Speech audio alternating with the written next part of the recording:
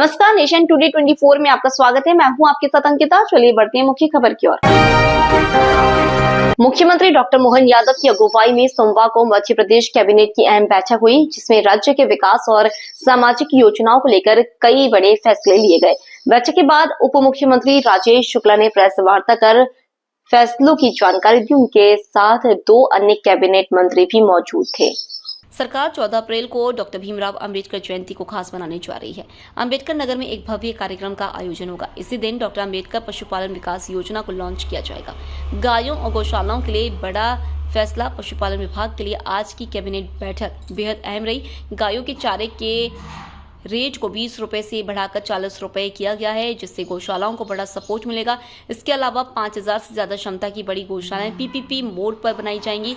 सरकार ने दुग्ध उत्पादन को बढ़ावा देने के लिए डॉक्टर भीमराव अंबेडकर दुग्ध उत्पादन योजना की शुरुआत की है। यह योजना पूर्व की 8 पशुपालन योजनाओं की निरंतरता में लाई गई है, जिसमें एक नई योजना जोड़ी गई है। इस योजना के तहत 25 गाय या भैंस की एक इकाई स्थापित की जाएगी, जिसकी कुल लागत 42 लाख रुपए होगी। सामान्य वर्ग के लाभार्थियों को 25% अनुदान मिलेगा। अनुसूचित जाति और अनुसूचित जनजाति वर्ग के लाभार्थियों को 33% अनुदान का प्रावधान किया गया है। एक लाभार्थी को अधिकतम 8 यूनिट तक सहायता दी जाएगी। सरकार ने सड़कों पर आवारा घूमने वाली गायों के संरक्षण के लिए भी बड़ा कदम उठाया है। नई योजना के तहत 5000 से 20000 गोवंश को रखने के लिए पीपीपी मोड पर वृहद गौशालाएं बनाई जाएंगी। राज्य को केंद्र सरकार से 4300 करोड़ की राशि मंजूर हुई है। इस फंड से ग्वालियर पश्चिम बाईपास, संदलपुर, नसुलागंज बाईपास और सागर बाईपास का निर्माण होगा। मुख्यमंत्री ने इसके लिए प्रधानमंत्री और केंद्रीय मंत्री नितिन गडकरी का आभार जताया।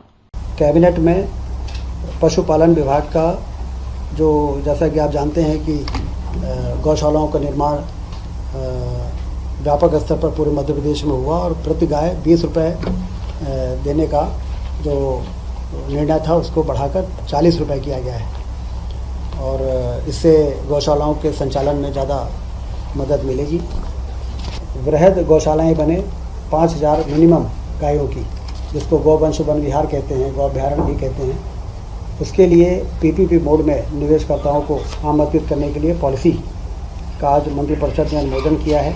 तीसरा, मुख्यमंत्री पशुपालन विकास योजना, जिसका कि मुख्यमंत्री जी ने आज डॉक्टर अंबेडकर पशुपालन विकास योजना की निरंतरता के संबंध में जो प्रस्ताव आया था उसको मंजूरी दी है और मुख्यमंत्री जी का कहना था कि 14 अप्रैल को इसको हम लॉन्च करेंगे और डॉक्टर अंबेडकर जी के नाम पर, जो मुख्यमंत्री पशुपालन विकास योजना के नाम पर था, उसको डॉक्टर अंबेडकर पशुपालन विकास योजना के नाम पर ये योजना आगे बढ़ेगी।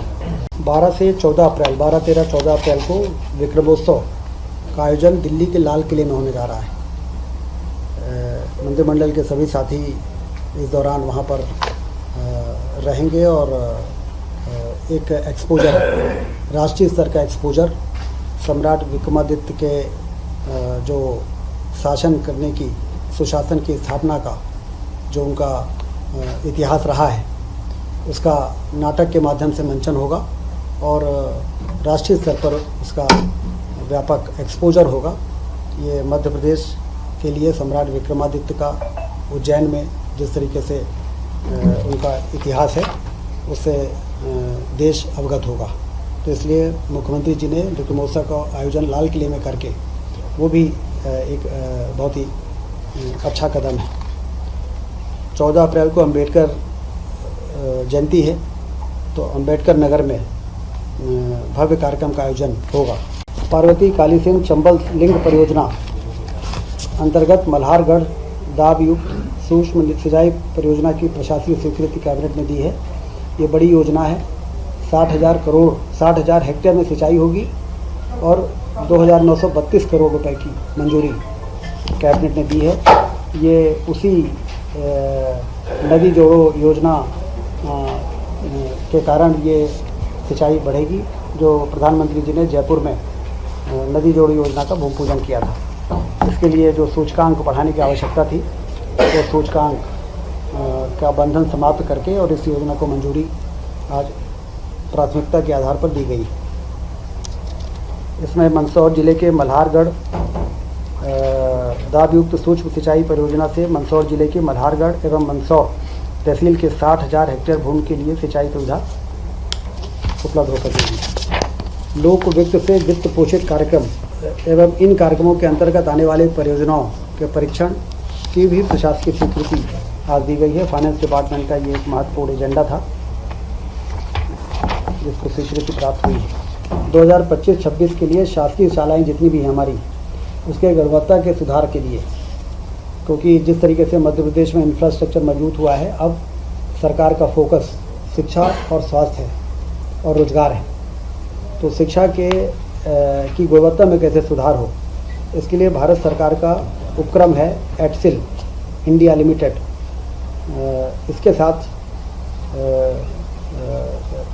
MOU साइन करने का फैसला हुआ है, जिसमें सीखने में वृद्धि की कार्यशालाएँ, सीखने के परिणाम आधारित मूल्यांकन, कई पैरामीटर्स हैं जिस पर उनके साथ मिलके और गुणवत्ता में सुधार के कार्य को हाथ में लिया जाएगा।